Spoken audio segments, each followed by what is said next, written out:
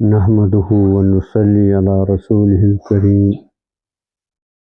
اللهم صل على محمد وعلى آل محمد كما صليت على إبراهيم وعلى آل إبراهيم إنك حميد مجيد اللهم بارك على محمد وعلى آل محمد كما باركت على إبراهيم وعلى آل إبراهيم إنك حميد مجيد.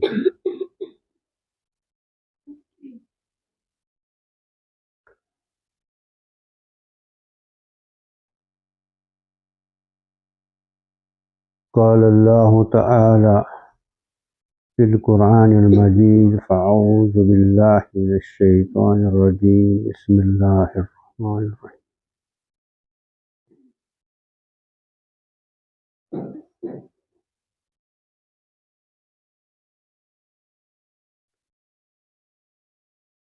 الحمد لله الذي أنزل الكتاب على عبده ولم يجعل له عوجا قيما لينذر بأسا شديدا من لدنه ويبشر المؤمنين. صدق الله العظيم وصدق رسوله النبي الكريم ونحن على ذلك من الشاهدين والشاكرين والحمد لله رب العالمين.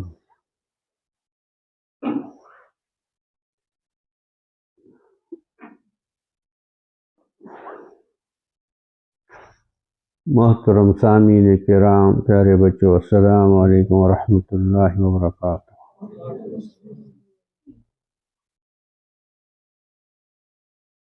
اس سے پہلے کہ اللہ جل شانہ کچھ کہنے کی توفیق نصیب کرے جو میرے لیے، آپ سب کے لیے، امت کے لیے نافع ہو، تو اس بچے نے جو ابھی تلاوت کی، یا ایھا الذین آمنوا ادخلوا فی السلم کافہ،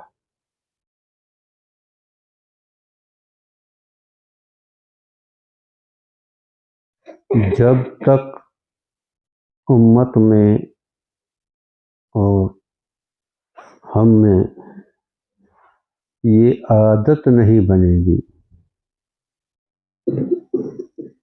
کہ جو آیت سنی، جو حدیث سنا، اس کے ہر لفظ پر غور کریں اور جھانچے اپنے آپ کو یہ اللہ کا کلام ہے، کانوں میں پڑا،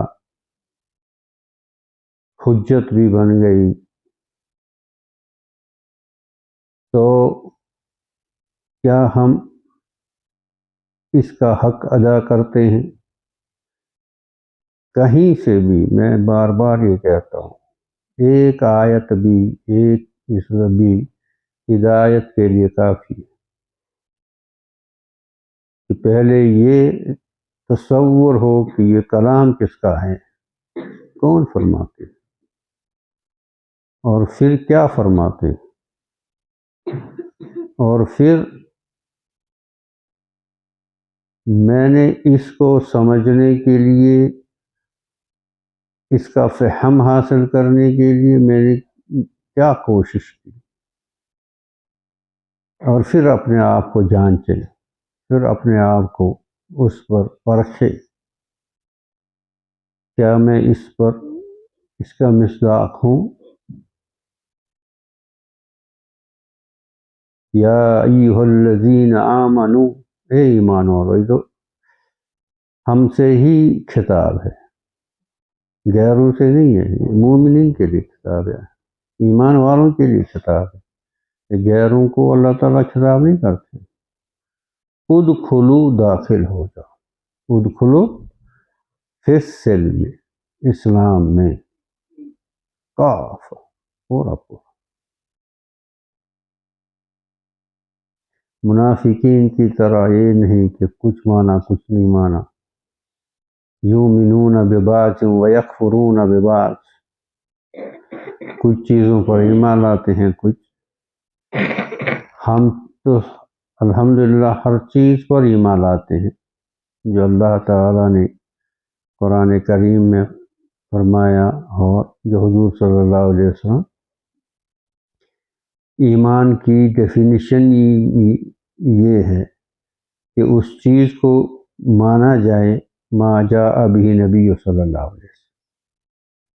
ایمان اس چیز کو کہتے ہیں، اس ہر چیز کو ماننے کو کہتے ہیں ما جاء به نبی صلی اللہ علیہ وسلم، جو حضور صلی اللہ علیہ وسلم لے کر آئے، امت کو دے کر گئے، اس سب پر. اب اس چھوٹے جملے میں پورا آ گیا، ورنہ ہم کہاں گنتے.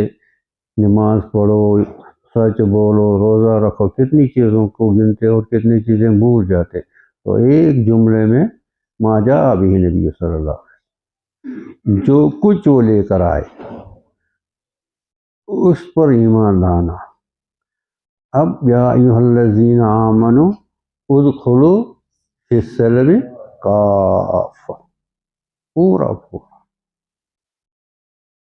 اب اس میں تو مطلب ہمارے زندگی کے بہت سے گوشے ایسے ہیں، بہت سے پہلو ایسے ہیں جہاں ہم شریعت سے پہلو تہی کرتے ہیں، اللہ کے احکام سے پہلو تہی کرتے ہیں، اعراض کرتے ہیں.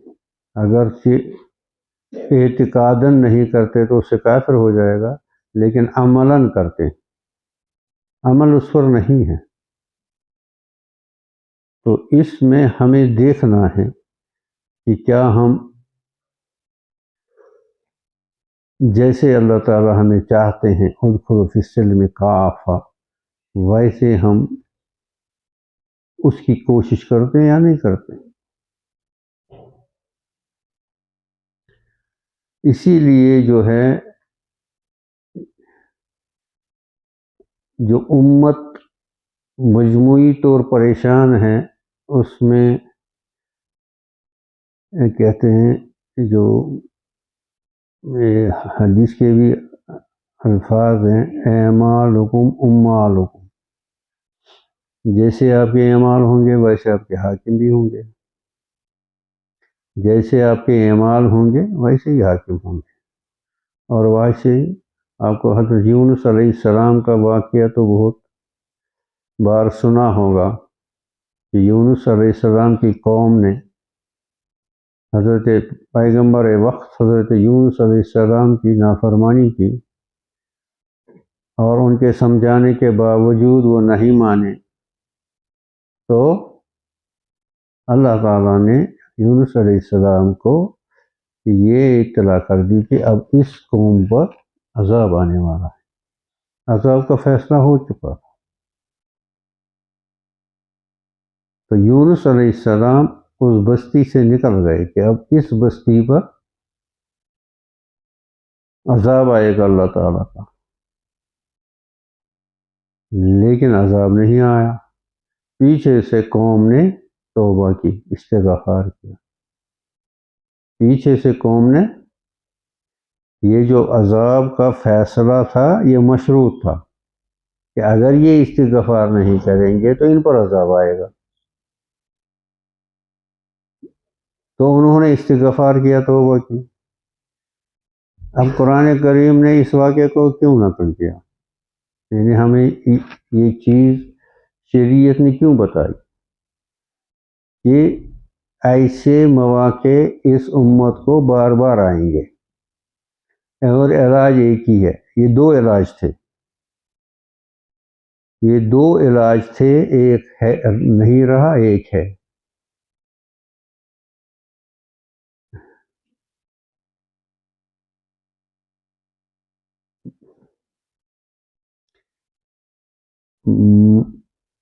ما يعذبهم، کیا آیت ہے فیصل؟ ما يعذبهم وانت فيهم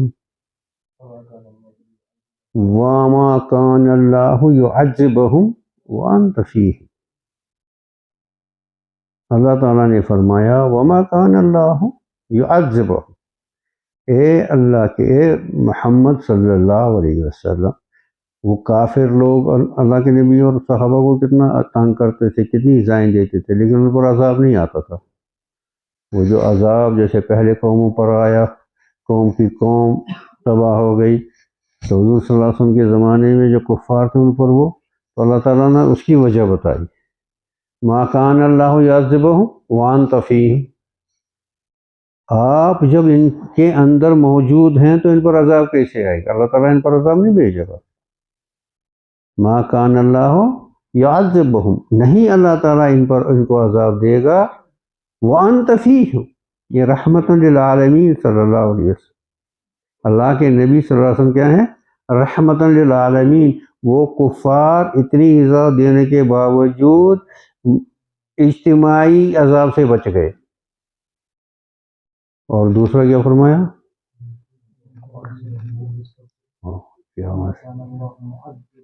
وما کان اللہ معذبہم وہم یستغفرون، یہ دو چیزیں، اللہ تعالیٰ ان کو عذاب نہیں دے گا کہ اے محمد صلی اللہ علیہ وسلم آپ ان میں موجود ہیں، اور پھر ما کان اللہ معذبہم وہم یستغفرون، اور اگر یہ استغفار کریں گے، توبہ استغفار کریں گے، پھر بھی اللہ تعالیٰ ان کو عذاب نہیں دے گا۔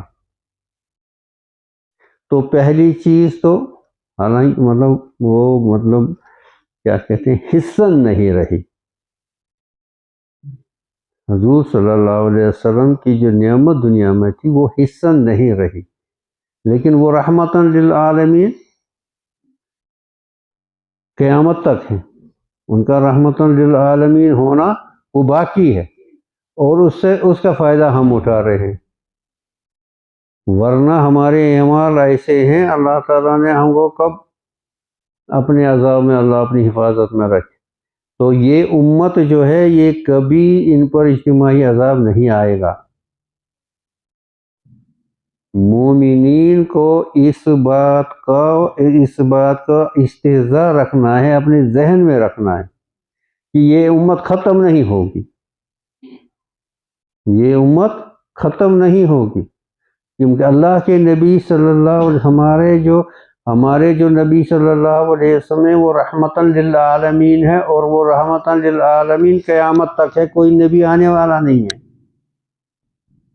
اور یہ امت انہی کی امت ہے، اور اس رحمتاً للعالمین کا جو فیض ہے وہ دنیا میں جاری ہے، اور یہ امت کے یہ لوگ کیا بھی کریں، کتنا بھی کریں، کسی حصے پر، کسی ادھر کسی ادھر، وہ اللہ تعالیٰ کی حکمت ہوتی ہے۔ اس میں ہمارے بزرگوں نے فرمایا اس وقت کیا کرنا چاہیے، جب آپ دیکھو کہ مسلمانوں پر کہیں تکلیفیں آتی ہیں اور دوسروں کی وجہ سے ان پر یہ ہو رہا ہے، تو اس وقت مراقبہ حکمت کرنا چاہیے۔ کیا کرنا چاہیے؟ کہ یہ جو ہو رہا ہے یہ حکمت الہی کے تحت ہو رہا ہے، اور اس کی حکمت کو کون جانے؟ اللہ کی حکمت کو کون جانے؟ یہاں ایمان کا کیا ہے؟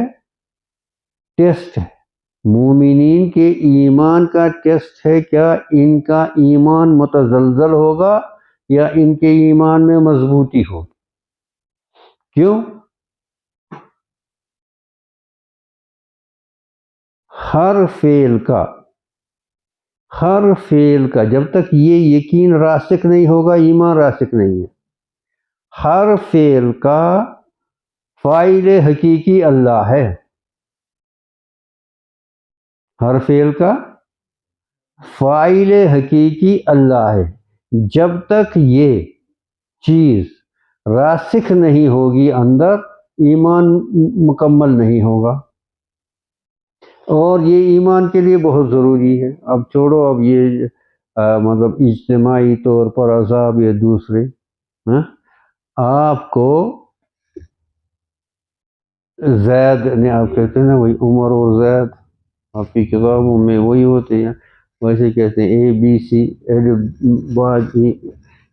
یعنی کسی نے آپ کو تکلیف پہنچائی، ٹھیک ہے، آپ کی دشمنی پر اتر آیا اور آپ کو تکلیف پہنچائی اور آپ کی مخالفت کرتا ہے، آپ کی غیبت کرتا ہے، آپ کو نقصان پہنچانے کی، آپ کیا کرتے ہیں؟ آپ کو اس سے ضد ہوتا ہے، آپ کو اس کا ضد ہوتا ہے، آپ کو اس کی نفرت ہوتی ہے۔ یہ کیوں ہوتی ہے؟ ذرا بتا کیوں ہوتی ہے؟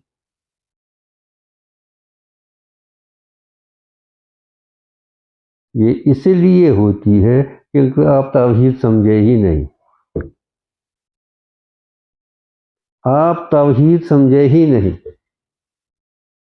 توحید یہ سکھاتا ہے کہ کوئی شخص کچھ نہیں کر سکتا، جو کرے گا اللہ کے اذن سے کرے گا، اور اس کی طاقت سے ہر فعل کا فاعل حقیقی کون ہے؟ اللہ ہے۔ اب یہ جو ہے یہ کیا ہے؟ یہ جو ہے یہ ایک مہرہ ہے، یعنی یہ کیا کہتے ہیں اس کو، جیسے آپ کمپیوٹر پر بٹن دباتے ہیں تو وہاں پر چینجز آتی ہیں اسکرین پر، تو اسکرین پر خود چینجز نہیں آتی ہیں نا، نہ اس بٹن کی وجہ سے آتی ہے، ہاں جو بٹن دبانے والا ہے اس کی وجہ سے آتی ہے۔ دیکھو ایمان کو سمجھو، اپنے دلوں کو صاف کرو، جب تک دل صاف نہیں ہوں گے تو اعمال قبول نہیں ہوں گے۔ کسی کی نفرت اور اب اس سے کیا، آپ نے کہا اس نے مجھے نقصان پہنچایا، آپ نے کیا کہا؟ اس نے مجھے نقصان پہنچایا، تو اس کا کیا مطلب ہے؟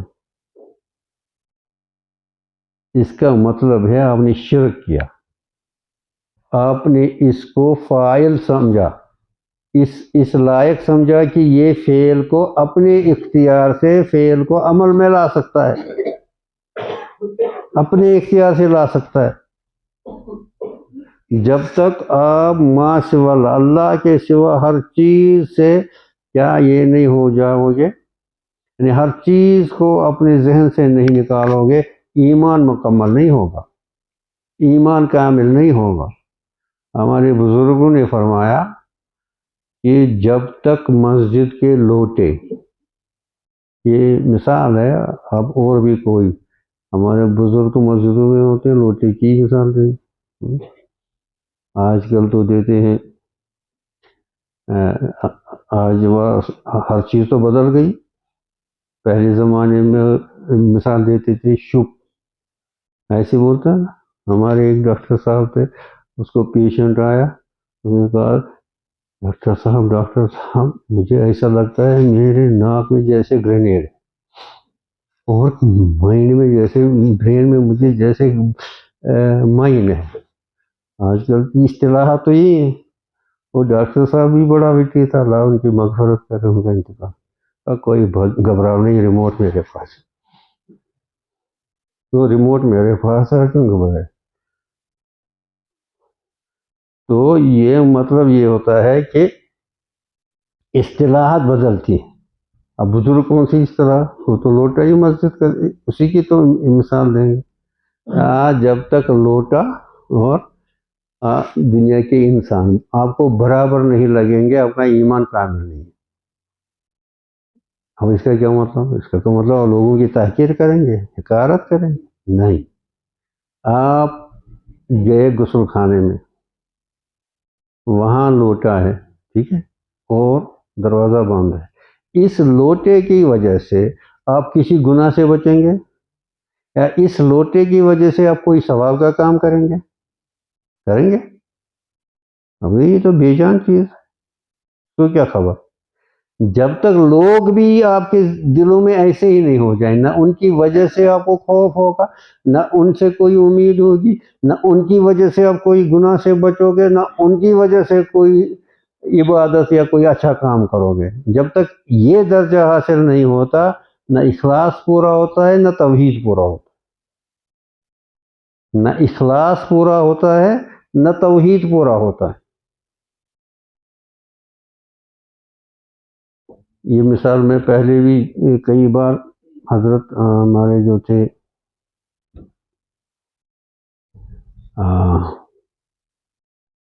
مجدد الفسانی رحمۃ اللہ علیہ، مجدد الفسانی رحمۃ اللہ علیہ کو اس وقت کے بادشاہ نے جیل بھیج دیا مجدد الفسانی. وہ بڑا قصہ ہے، آپ لوگوں کو میں بار بار کہہ رہا ہوں تاریخ پڑھا کرو، وہ بہت ضروری ہے علم کے لیے، اپنی ہسٹری، اپنی اسلاف کی ہسٹری کو سمجھنا. تو اب وہ کیا کہتے ہیں، 2 روٹیاں گھر سے آتی تھی، جیل کا نہیں کھاتے تھے 2 روٹیاں.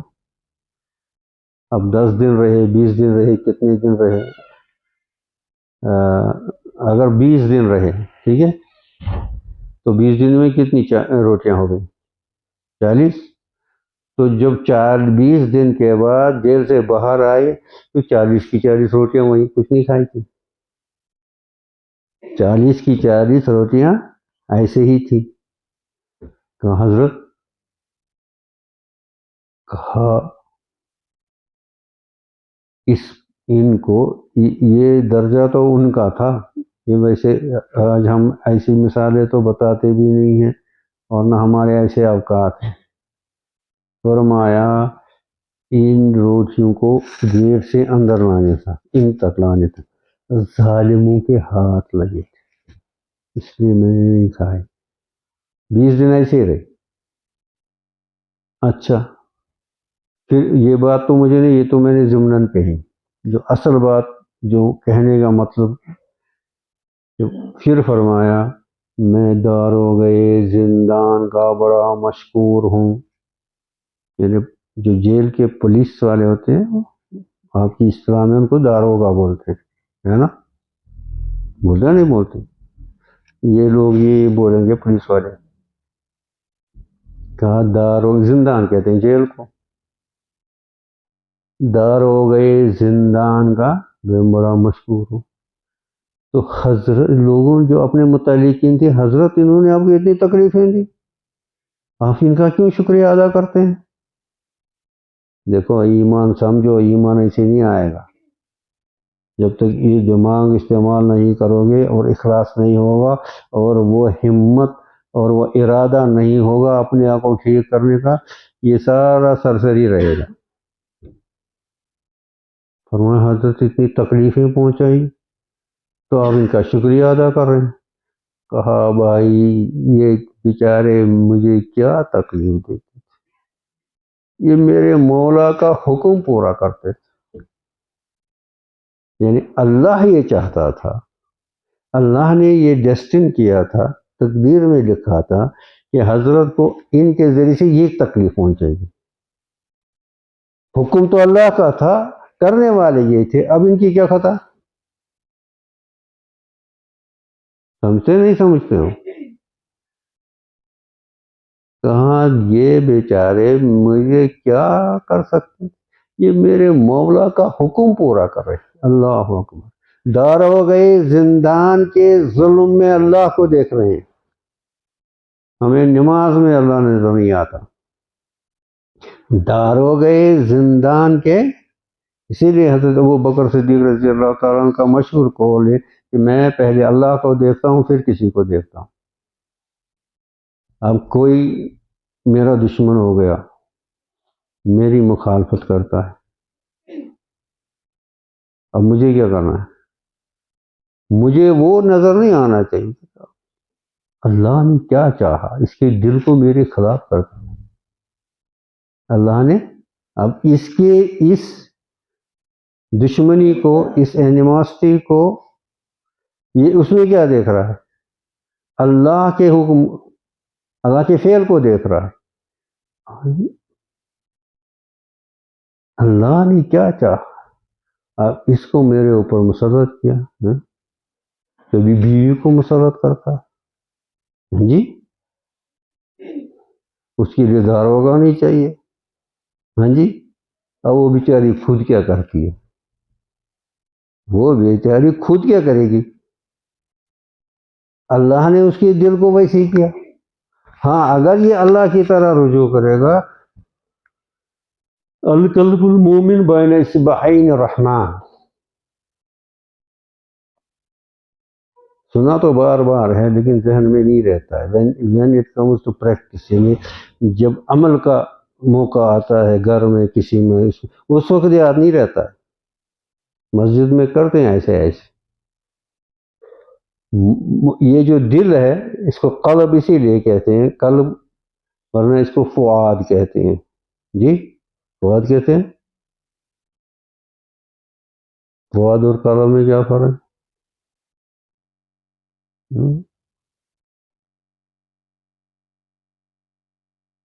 بتائے گا کوئی؟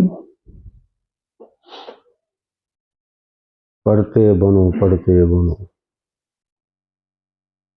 اس کو قلب کہتے ہیں. قلب کے ایک معنی ہے لوٹ پوٹ کرنے کی، اور اس کی شکل بھی ایسی ہے، کبھی ایسے ہوتا ہے کبھی ایسے ہوتا ہے کبھی ایسے. یہ جو یہ قلب ہے نا، یہ ایک چیز ایک جگہ نہیں رہتا ہے. اور انسان کی کیفیت ایک جیسی نہیں رہتی. ابھی اس کی کیفیت ہوتی ہے کہ بہت رقت، آنسو خود ہی آتے، اور کبھی کہ یہ سخت، پتھر سے بھی سخت. کیونکہ یہ دونوں چیزیں کیا ہیں؟ یہ دونوں چیزیں کیا ہیں؟ غیر اختیاری ہیں. غیر اختیاری چیزوں کے پیچھے مت کہ میں تب میری نماز اچھی جب مجھے دل لگے. یہ میری نماز کچھ نہیں، مجھے دل نہیں لگتا. یہ شیطان کا وسوسہ. دل کا لگنا اور نہ لگنا یہ غیر اختیاری ہے. اس پر نہ آپ کو سزا ہوگی نہ جزا ہوگی، اور نہ یہ مقصود شریعت ہے. اس کو شریعت کی علماء کی اصطلاح میں کیا کہتے ہیں؟ یہ محمود ہے، مقصود نہیں. یہ محمود ہے، مقصود نہیں. یہ نہیں کہ میں نے اللہ اکبر کیا بس. حضرت علی رضی اللہ تعالیٰ عنہ نماز پڑھتے تھے، ان کے بدن سے تیر نکالتے تھے، ان کو پتہ نہیں چلتا تھا، وہ نماز ہو گئی. ٹھیک، وہ تو ہو گئی نماز. حضرت علی کے درجے کے تو ہم نہیں پہنچ سکتے. لیکن یہاں سے آپ کو پیرالل دوسری حدیث ہے کہ اللہ کے نبی صلی اللہ علیہ وسلم نے فرمایا کہ میرا جی چاہتا تھا کہ میں قرأت کو لمبا کروں، سورہ بہت زیادہ قرأت کروں نماز میں، لیکن بچوں کے رونے کی آواز مجھے آتی ہے. کیونکہ عورتیں مسجد میں جاتی تھیں، مسجد نبوی میں عورتیں جاتی تھیں، ان کے ساتھ بچے ہوتے تھے. تو گویا کہ نماز میں بچوں کی آواز اللہ کے نبی صلی اللہ علیہ وسلم سنتے تھے. تو اللہ کے نبی صلی اللہ علیہ وسلم کی سے زیادہ کسی کی نماز با کمال نہیں ہو سکتی. سمجھ رہے نہیں سمجھ رہے؟ یہ ہمارا شریعت جو ہے یہ مطلب اس کو سمجھنا ہے. اب شیطان کیا لگاتا ہے؟ شیطان کہتا ہے عمر گئی نماز پر، گیا نماز میں دل ہی نہیں لگتا ہے. وہ دل میرے ہاتھ میں نہیں ہے، وہ اس کے ہاتھ میں کیا کروں؟ مجھے حکم ہے نماز پڑھو، مجھے کہاں حکم ہے دل لگاؤ. ہاں جی. اور دل جو ہے اب اس کو کیا کہتے ہیں؟ قلب کہتے ہیں. اب اللہ نے اس کو ایسا بنایا، بیوی الٹی ہو پڑ گئی، صبح بھی ڈانٹ شام کو بھی ڈانٹ، اور زبان ماشاءاللہ سب کی نہیں، مطلب ایسا ہوتا ہے گھروں میں. ایسا پھر نہیں وہ ہیومن رائٹس والے ادھر ہی آ جائیں. یہ مطلب کسی کسی کی مثال ہوتی ہے، ایسا نہیں. مردوں میں تو بہت خامیاں ہیں، ہاں، تو پھر مین رائٹس والے آ جائیں. ایسا تو نہیں ہے نا. لیکن ایسا ہوتا ہے کیونکہ گھروں میں جو مطلب گھروں میں جو بے چینی اور بے سکونی ہے، بے چینی اور بے سکونی گھروں میں ہے. اور المیہ یہ ہے کہ مسلمانوں کے گھروں میں یہ ہونا ہی نہیں چاہیے تھا. کیا نہیں ہونا چاہیے تھا؟ ہاں جی، ون ورڈ سبسٹیوشن. کیا نہیں ہونا چاہیے؟ آج کی اصطلاح میں بولو، ڈومیسٹک وائلنس. کیا نہیں ہونا چاہیے؟ Domestic violence. اب اس نے کچھ کہا، ادھر سے ایک چنڈ مارا، ادھر سے دوسرا چنڈ مارا، اور وہ بیچاری لگی، وہ کیا کرے گی؟ وہ کیا کرتی بیچاری؟ وہ تو ہمارے یہاں ایسٹ میں، ویسٹ میں نہیں، تو وہ تو اب شادی ہی نہیں کرتے. دوسرے دن ہی وہ ہوگی کورٹ میں دستخط کرے گی، وہاں بیٹھو بھائی آپ. یہاں وہ جو قبر چھوٹا سا زیٹ سے چکاڑی، یہ ہمارے ہاں یہی یہ مطلب ہوتا ہے. وہ آسان قبر چھوٹ چاکن زیٹ سے چکاڑی بس دوست ہمارا اس سے سخت مزاج کی تھے. آتے ہیں نا ہمارے پاس بھی پیشنٹ آتے کہتے ہیں. کئی پیشنٹ ایسے آتے ہیں، ان کو میں اس کو بچن چپا کیا کروں، ہم دیکھتے ہیں اچھی بڑی پرفریش، کان کا پردہ پھٹا ہے، کان کا پردہ پھٹا ہے. اب یہ بچے کی چڑ سے، اب وہ بیچاری پھر بھی چور کا نام نہیں لیتی ہے، اس کا بچن چپا. اور یہ مطلب جو ہے ان کامن نہیں ہے، یہ مطلب یہ اچھی خاصی تعداد ہے. پردہ ہی ختم، پھر ان کو آپریشن کرنا پڑتا ہے، نیا پردہ لگانا پڑتا ہے. ایک چند بیچارے کو مارا، اور وہ بھی کیا ہے وفادار، اس کے خلاف نہیں بولتی. لیکن ہم بھی پرانے کھلاڑی ہیں، ہمیں پتہ یہ تو بچہ نہیں کرے گا. پھر تھوڑا تھوڑا تھوڑا تھوڑا کیا کہتے ہیں اس کو، یعنی نا اس انکلوڈ کر کے تھوڑا تھوڑا، دین اس کے آنکھوں سے خود ہی آنسو آتے ہیں. جب اس کو لگتا ہے نا پتا، ڈاکٹر صاحب کو تو پتا لگ گیا، اس کی آنکھوں سے پھر خود ہی آنسو آتے. کتنا دکھ ہوتا ہے، مطلب کتنا دکھ ہوتا ہے مسلم سوسائٹی میں. ایسا اس سے بڑھ کر چیزیں ہوتی ہیں، اس سے بڑھ کر بہت ظلم ہوتا ہے، بہت ظلم ہوتا ہے. حالانکہ اللہ کے نبی صلی اللہ، آپ نے مجھے پتہ نہیں کہاں سے کہاں پہنچایا، قلب وہی رہ گیا. اللہ کے نبی صلی اللہ علیہ وسلم نے ایک بار صحابہ سے فرمایا کہ ایک شخص قائم الدہر صائم اللیل ہے، پورے سال روزے رکھتا ہے اور پورے سال شب بیداری کرتا ہے. کیا آپ مجھے بتائیں گے اس سے بہتر کون ہے؟ صحابہ تو حیران ہو گئے، تو وہ سوچ نہیں پائے. کہا اللہ ورسولہ عالم، اللہ اور اس کے رسول سے ان کو پتہ. تو اللہ کے نبی صلی اللہ علیہ وسلم نے فرمایا جو پورے سال روزہ رکھے، پورے سال شب بیداری کرے، اس سے بہتر وہ ہے جس کے اخلاق اچھے ہوں، جس کے اخلاق اچھے ہوں. تھوڑا وقفہ توقف کے بعد اللہ کے نبی صلی اللہ علیہ وسلم پھر فرمایا اب آپ بتاؤ گے اس سے اچھا کون ہے؟ صحابہ اور حیران ہو گئے. قائم الدہر صائم الدہر قائم اللیل سے یہ اچھا ہے، حسن اخلاق والا. ٹھیک ہے، اب اس سے بہتر کون ہو سکتا ہے؟ انہوں نے پھر وہی کہا اللہ ورسولہ عالم. اللہ کے نبی صلی اللہ علیہ وسلم نے فرمایا کہ اس سے بہتر جو قائم الدہر قائم اللیل سے بہتر ہے حسن اخلاق والا، اس سے بہتر وہ ہے جو اپنی بیوی کے ساتھ جس کے اخلاق اچھے، جس کو اپنی بیوی کے ساتھ اچھے اخلاق ہوں، وہ in the real sense of the word حسن خلق میں. اب آپ کہو گے کیوں؟ میں نکلا گھر سے باہر، اب لوگوں میں اگر میں ان کے ساتھ بد زبانی کروں، ان کے ساتھ کوئی گڑبڑ کروں، تو میں کہوں گا خام کا بدنامی ہو جائے. اب یہ میں جو شریف بنا ہوں یہ نقلی ہے، یہ دوسری مصلحتوں کی وجہ سے، یہ میرا اصل نہیں ہے. اصل روپ یہ بیوی کو دکھاتا ہے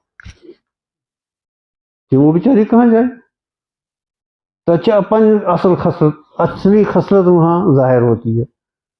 اب تھوڑا سا نمک ہو، اس نے بچے کو کچھ کہا، اس نے یہ کیا، اس نے وہ کیا. اللہ کے نبی صلی اللہ علیہ وسلم نے کیا فرمایا کہ اس سے بہتر وہ ہے جو اپنی بیوی کے ساتھ اچھا.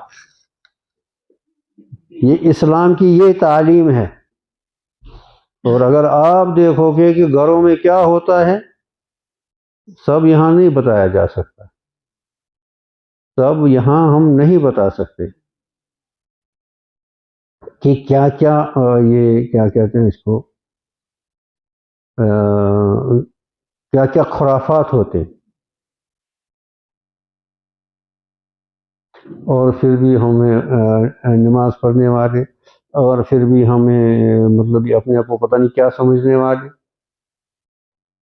نماز بندے اور اللہ کے درمیان ہے. یہ حقوق العباد ہے. یہ حقوق العباد میں ساری ہماری غارت ہو جائیں گی، وہ اس کو دی جائیں گی. آپ کو کیا ملے گا وہاں پہ؟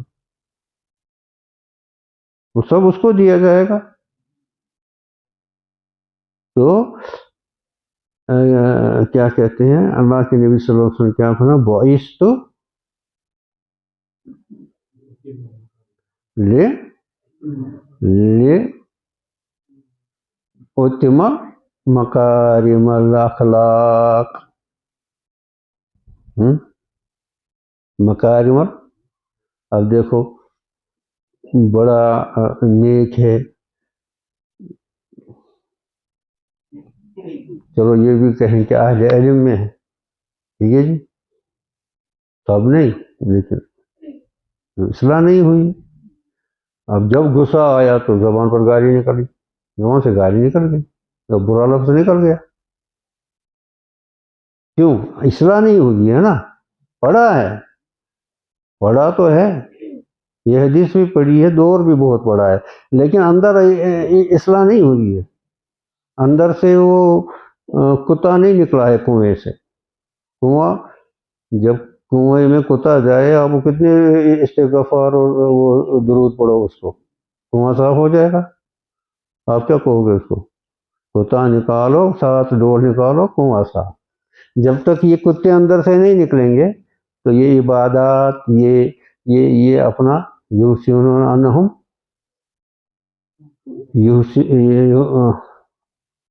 انہم کیا سنا،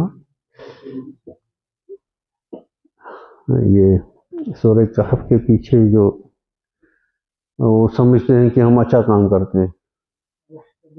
یحسبون انہم یحسنون صنعا، یحسبون گمان کرتے ہیں کہ ہم نیک لوگ ہیں، ہم اچھے کرتے ہیں، اور اپنی خبر ہی نہیں، اصل کی خبر ہی نہیں، اندر صفائی کی ہی نہیں، اخلاق بنائے نہیں. اب اخلاق نہیں بنیں گے تو کچھ حاصل نہیں ہوگا. تو سب سے بچو. دیکھو سچ بولو، گالی مت کسی کو دے دو. ہاں سمجھ گیا وہ نیند گئی، ادھر سے تو نیند مت کرو. کسی کو گالی مت دے دو مجھے، اور کسی کا کیا کہتے ہیں برے لقب سے یہ نام رست کر دیا. ایسا نہیں. آپ نے نہیں سنا حضرت عائشہ رضی اللہ تعالی عنہا نے ایک عورت کے بارے میں فرمایا، زبان سے بھی نہیں کہا، اشارہ کہا، یعنی کہ سوچو چھوٹ، ایسے اشارت غالباً اشارہ کہا اس کے بارے میں کہ اللہ کے نبی صلی اللہ علیہ وسلم نے فرمایا، اے عائشہ اگر تمہارا یہ 7 سمندروں میں ڈالا جائے وہ 7 سمندر کھارے ہو جائیں. اتنا کہا تھا. قرآن نے کیا فرمایا؟ سورہ حدید کی آیتیں پڑھو، وَلَا تَنَابَزُوا وَلَا کیا حافظ ہیں، وہ پہلے سے پڑھو. ہاں جی وہ ایک پڑھو نا.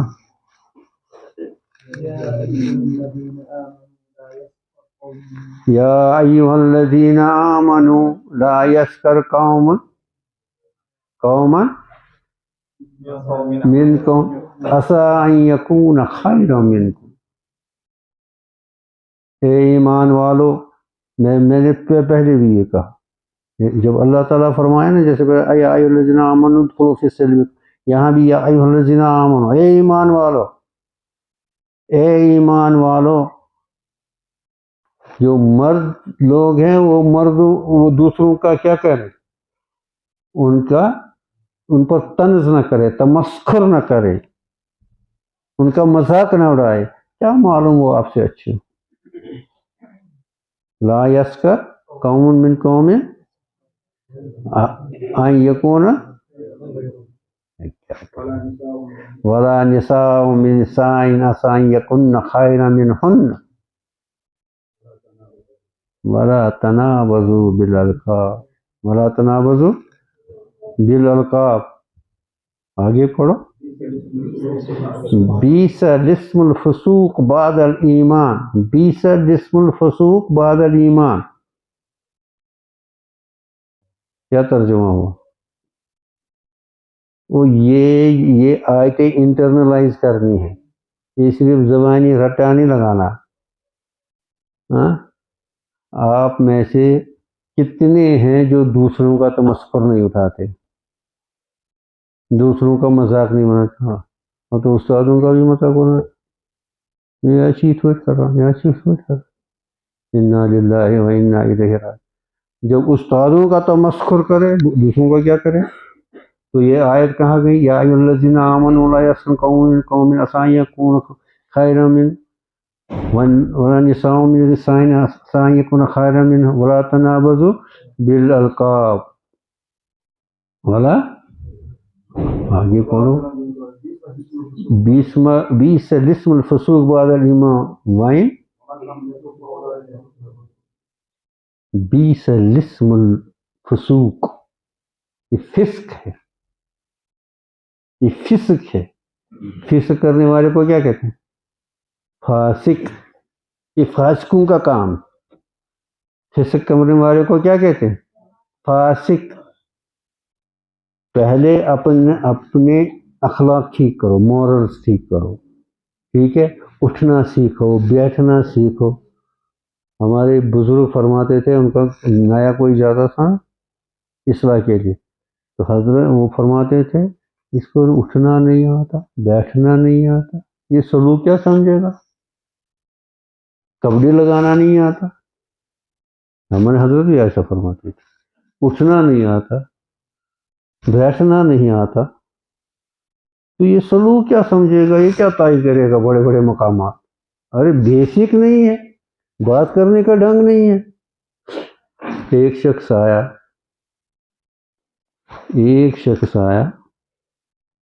اور حضرت نے اس کو کتنا ڈانٹا.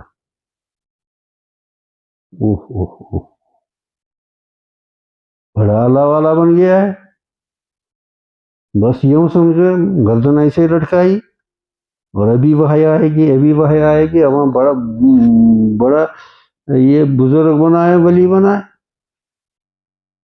آپ اندازہ نہیں کرو گے اس نے کیا کیا تھا، آپ اندازہ نہیں کرو گے اس کو اتنی ڈانٹ کس پر پڑی. ایسے تربیت کرتے تھے، ایسے ہی وہ بنتے تھے. اب وہ سکھانے والے کہاں گئے؟ اس نے، کان کھول کر سنو، اس نے اس سے پہلے دن کا جو ڈنر تھا، شام کا کھانا، کسی دوسری جگہ کھایا تھا، بیوی کو اطلاع نہیں کی. شام کا کھانا، خوب سمجھو دین کیا ہے. شام کا کھانا کسی جگہ کھایا، مرد تو کھا کے میں اس کو کیا پریشان، بیوی کیا اس کو سپس گئی تنشی میں بولا کیا کرنے سے اجازت ہے. اس کو نہیں بتایا. حضرت نے اس کو اتنا ڈانٹا، آپ نے نہیں سوچا کس تکلیف کے ساتھ اس نے ہاتھ پاؤں جلا دیے، ہاتھ جلائے، روٹیوں کو سیکھا، سالن تیار کیا، چاول تیار کیے، کتنی تکلیفیں اٹھائیں کہ میاں آئیں گے اس کو، اور میاں کو اتنی بھی نہیں کہ کم از کم اطلاع کرے. الانتظار اشد من الموت، کسی کو انتظار میں رکھنا موت کے برابر. ہمارے ہاں کیا ہے، اب کوئی بات نہیں میں کل آؤں گا، وہ آتا ہے، اس کو کنسیڈر ہی نہیں کرتا. یہ کوئی مطلب اوفو بالعقود میں یہ بھی ہے، اوفو بالعہود میں یہ بھی ہے، وعدہ پورا کرو یہ بھی ہے کوئی چیز، وعدہ پورا کرنا کوئی چیز ہے. اب بیوی کو وہ انتظار میں رہی، ابھی آئے گا ابھی آئے گا ابھی آئے گا، وہ تکلیف میں ہے یا نہیں؟ وہ تکلیف میں ہے. اور مومن کو تکلیف دینا حرام ہے، اور وہ بیٹھا وہاں تسبیح پڑھنے اسی جگہ. اور تسبیح پڑھنا تو کیا ہے، مباح ہے، یعنی نفلی ہے نا، فرض تو نہیں ہے، فرض بھی نہیں ہے، واجب بھی نہیں ہے، یہ نفلی چیز ہے. اور ادھر بیوی کو وہاں سے حرام میں داخل ہو گیا اور حرام کام کر رہا ہے، اور کہتا ہے کہ میں جی بڑا کام کر رہا ہوں. کیونکہ دین کو اس طرح سمجھا ہی نہیں ہے. کسی کو تکلیف دینا کیا ہے. اب میں دیر سے گیا، پہلی بار دیر سے گیا، تو حضرت نے فرمایا وہ اس کو ان میں تواضع بہت تھی، ہیوملٹی بہت تھی، تو اس کو خانقاہ نہیں کہتے تھے، مہمان خانہ کہتے تھے. تو کہا اچھا جاؤ مہمان خانے سے ایک لڑکے کو کہو جو وہاں یہ ہے انچارج، یہ مہمان اس کو فوراً ادھر آؤ ادھر آؤ، بہت دیر ہو گئی، منتظم مسجد کو تکلیف ہوتی ہے، بیچارہ اس وقت کیا کرے. تو اپنے گھر سے کھانا کھلایا. یعنی میں مطلب وہ کیا ہے، باورچی ہے. یہاں تو یہ چھوٹے بچے بھی باورچی کو روک کر اتنا بھی نہیں سمجھتے عمر سے بڑا، اتنا بھی نہیں سمجھتے یہ عمر سے بڑا ہے. لائن میں بھی نہیں رہتے ہیں جب چائے اور کھانا، اور اس کو کتنا تنگ کرتے ہیں. اور وہ تنگ کرنا حرام ہے، ان کی عبادت ہی خراب ہو جائے گی. ان کو یہ بھی نہیں سمجھے کسی کو تکلیف دینا کتنا حرام ہے، کسی کو راحت پہنچانا کتنا ثواب کا کام ہے. ان میں یہ ہوتا ہے کہ ہر ایک کو دوسرے کو کہتا ہے آپ ہی پہلے جاؤ آپ ہی پہلے جاؤ. نہیں، ایک کو دھکا دوسرے کو دھکا، بیچ میں وہ کہتا ہے لائن میں نے کل ہی دیکھا، وہ دو لڑکے بڑے، وہ کہتے ہیں لائن میں آؤ لائن میں. وہ کون مانتا لائن میں آؤ؟ ان کو یہ سمجھ ہی نہیں دوسرے کو تکلیف دینا حرام ہے. اور کھانا جو جمع کرنا ہے، کھانا لینا وہاں سے وہ اپنی مرضی سے آئیں گے. اب اس کا تو وہ ماوراء القانون ہے، وہ تو ابولا ہے، وہ جب چاہے تو وہ ان کو پتا ہونا چاہیے. یہ بیچارہ یار کتنی دیر انتظار کرے گا، اس کو برتن دھونے ہیں دوسرے کام کرنے. نہیں جی وہ نوکر ہے، کیوں نہیں کرے،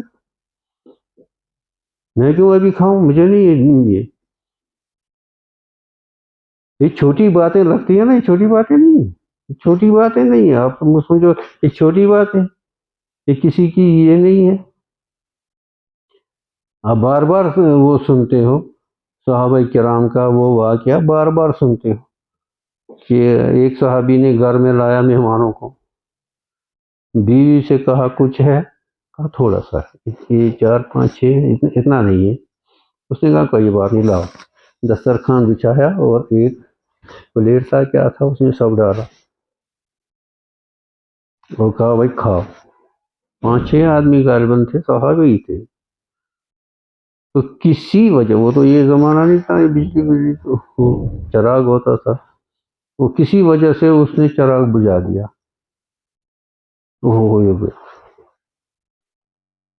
اب کچھ دیر کے بعد ان کو کہا بھائی کھاؤ، شروع کرو بسم اللہ.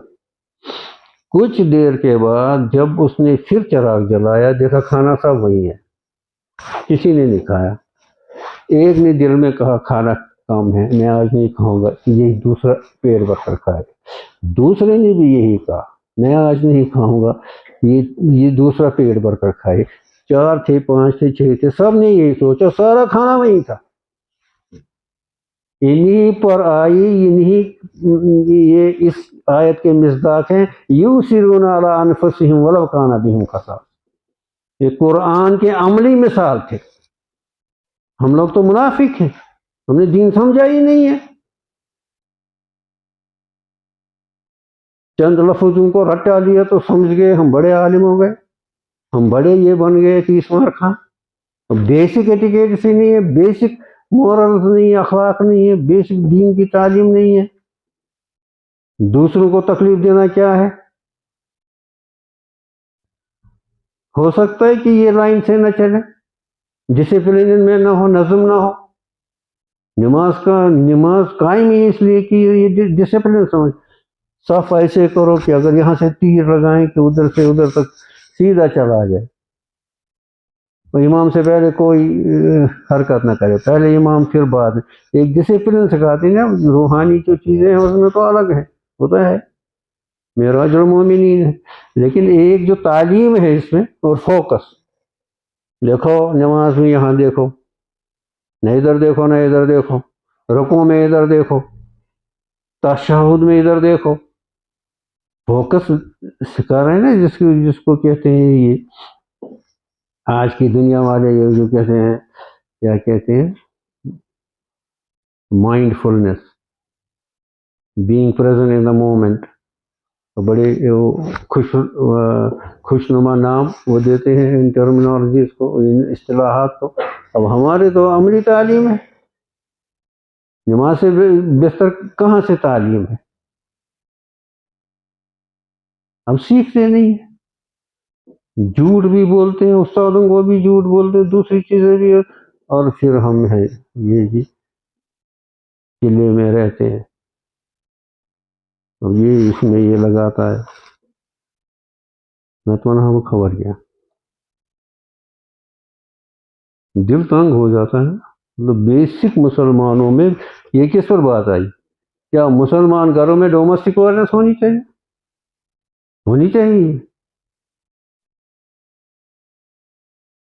ہمارے تھے یہاں مرزا جانی جانا رحمۃ اللہ علیہ، کتنے بڑے بزرگ گزرے ہیں. یہاں ابو الحسن نوری رحمۃ اللہ علیہ. ابو الحسن نوری سلطان الاولیاء میں سے تھے. غالباً شبلی نے سنا کہ بڑے بزرگ ہیں، وہ ان کی ملاقات کے لیے گئے. وہ پرانا زمانہ، 1 مہینہ 2 مہینہ کا سفر ہوتا تھا. وہاں پہنچے، اب گئے، کہاں رہتے ہیں، وہاں رہتے ہیں. کیا یہ دستک دی، اندر سے جو آج کل فائرنگ ہوتی ہے نا، اس سے بھی زیادہ فائرنگ ہو گئی اس پر. تمام راکٹ لانچر اسی پر چل. یہ اس ڈاکو کو ملنے آیا ہوگا، وہ بڑا درویش بنا ہے. وہ ڈاکو پیر اپنے شوہر کو کہہ رہی ہے، ابو الحسن کو، اس کی بیوی ہے یہ. اس کو کہہ رہی ہے تو اس ڈاکو سے ملنا ہے. وہ چور، وہ یہ اتنا خرافات. شبلی نے کہا میں کہاں آیا، اتنا سفر کیا. میں نے سنا تھا بڑا بزرگ، بڑا دل برداشت ہو کر نکل گئے. تو پھر کہا اب تو آیا ہم، کم سے کم مل تو لوں گا. گاؤں والوں سے پوچھا، انہوں نے کہا وہ صبح یہاں جنگل جاتے ہیں، جنگل سے لکڑیاں لاتے ہیں. ٹھیک ہے، ہم لکڑیاں لائے تھے. نہیں آج گسن موہنی سے اچھا بچن تو حکم کر، یہ کام کرو وہ کام کرو. پتہ نہیں اس کا جواب کیسے دیں گے. واللہ عالم بالصواب، واللہ عالم بالصواب. کیسے دیں گے؟ بچوں کی خدمت لیتے ہیں، یہ جائز نہیں ہے. واللہ عالم بالصواب. مجھے نہیں سمجھ آتا قیامت کے دن کیا ہوگا. خود جاتے تھے اب وہ گئے تھوڑا سا تو وہاں سے دیکھا لے نورانی شخصیت، شیر پر سوار، نہیں شیر پر وہ لکڑیوں کا گٹھا، اور خود چل رہے ہیں. یہ شیر دیکھا تو ڈر گئے. تو حضرت سمجھ گئے، کہا یہ انسانوں کے ساتھ کچھ نہیں کرتا، یعنی اگر آپ کے اندر انسانیت ہے یہ تو آپ کو کچھ نہیں کرا، گھبراؤ نہیں۔ تو حضرت کو کشف ہوا تو یہ گھر آیا ہوگا، تو اس نے وہاں سے سب یہ کیا کہتے ہیں فائرنگ کا مزہ چکھا ہوگا، وہاں سے بال بال بچا ہے۔ تو حضرت نے فرمایا کہ جب ہم اس درندنی کا برداشت کر لیتے ہیں، یا جو اس کی بیوی تب یہ درندہ ہمارا برداشت کرتا ہے۔ جب ہم اس درندنی کا برداشت سہار لیتے ہیں تب یہ جو ہے یہ درندہ جو ہے، شیر تو درندہ ہی ہے، اب وہ ہو گیا تابع ہو گیا حضرت کے، وہ بہت بڑے بزرگ، بیوی کیسی تھی اور اس کو چلاتے تھے، ورنہ تو اسی شعر کے حوالے دوسرے دن تو وہ کہیں نہیں ہوتی، اسی شعر کے حوالے کرتے تو بڑا بس بلائے گیا اگر دیکھو اخلاق سمجھو، دین سمجھو، یہ مت کرو۔ اب بیوی تو بیوی، وہ بیچاری تو یہ قبر بولتا ہم چھوٹیا یا زیر سے قبر سے کاڑی، ٹھیک ہے۔ اب والدین کے ساتھ کیا کرتے، ماں کے ساتھ کیا کرتے، اور خاص کر مدرسے کے بچے بڑے مول جو ہے یہ چان پڑے اس کیا چی میں ونا یور پر زٕ ژور لفظ عربی خود بچار مکس